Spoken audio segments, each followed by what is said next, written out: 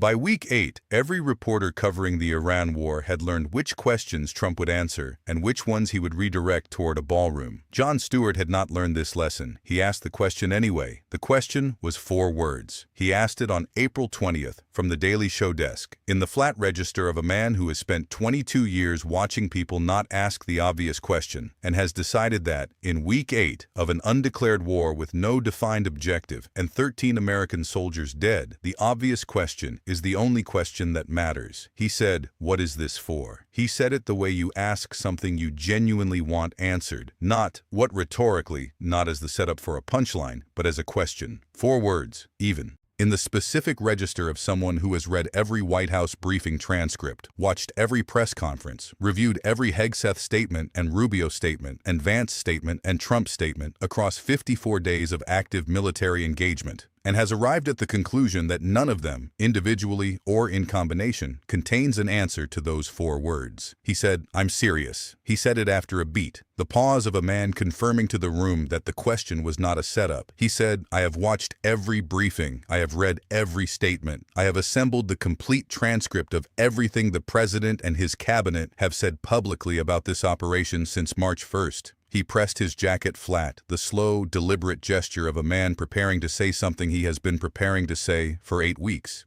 He said, "What is it for?" He did not answer it immediately. He ran the evidence.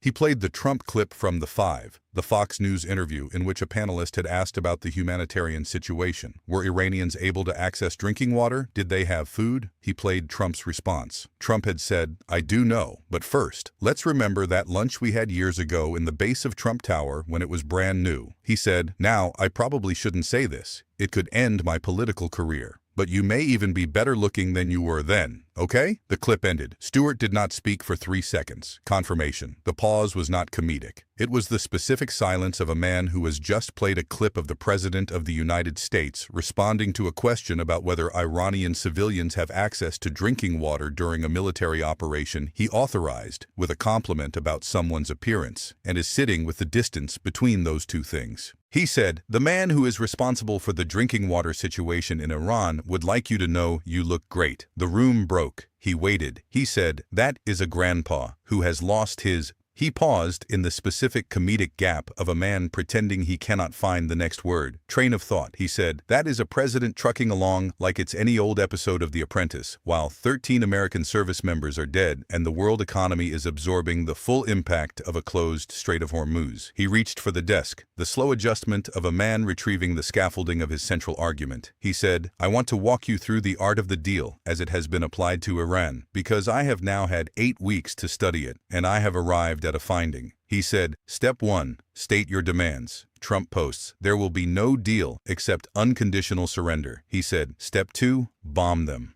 He said, "Step 3, their military retaliates and closes the Strait of Hormuz." He said, "Step 4, threaten to bomb them more." He said, "Step 5, give them 48 hours." He said, "Step 6, extend to 2 weeks." He said, "Step 7, post, open the F in Strait, you crazy bastards, or you'll be living in hell." Ending with, "Praise be to Allah on Easter Sunday." He said it with the flat voice of a man reading a sequence that is already so far beyond the reach of satirical exaggeration that the only available register is the documentary one. He said, "And then, as of this week, Step 8, negotiate a deal that may end up worse than the nuclear agreement you walked away from in 2018, which is what caused the entire sequence of events that produced Steps 1 through 7. He said, "What is this for?" He asked it again. The same 4 words, the same flat, genuine register. He said, "I want someone, anyone, in the administration to answer that question." He said, "Not a statement about strength, not a statement about America's military superiority." He said, "A sentence that begins, 'The objective of this operation is,' and ends with a concrete, measurable, achievable condition that when met, ends the operation." He looked at the camera. He said, "I have been waiting for that sentence for 54 days. He said, "Pete Hegseth has not said it." He said, "Marco Rubio has not said it." He said, "J.D. Vance has not said it." He said, "Donald Trump, in every briefing, press conference, Truth Social post, and Fox News interview across 54 days of active military engagement, has not said it." He said what he has said. He picked up the printed page. The specific prop of a man who came prepared is this: unconditional surrender. Whole civilization will die tonight. Open the F and straight. We will finish the job. Malignant narcissism. Art of the deal. You may be better looking than you were then. He set the page down.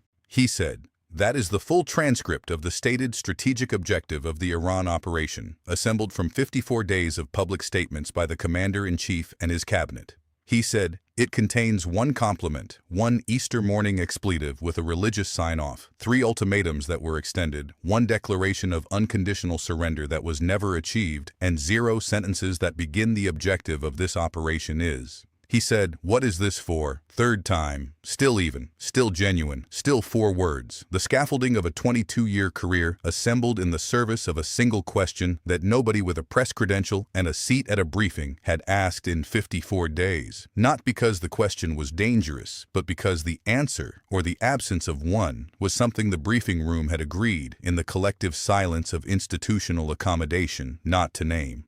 Trump posted 9 times in the 18 hours after the April 20th broadcast. He called Stewart a has-been, a fake news producer, a man nobody watches, a radical left operative, and a person who has been wrong about everything for 22 years. He said, Jon Stewart doesn't understand military strategy because he has never served. He said it from the residence. He said it about a question he had not answered. He said it 9 times. What he did not say in any of the 9 posts was, the objective of this operation is, if this changed how you see power, hit subscribe. If it didn't, watch it again. The details you missed the first time are the ones that matter most. Notifications on. The next one drops soon.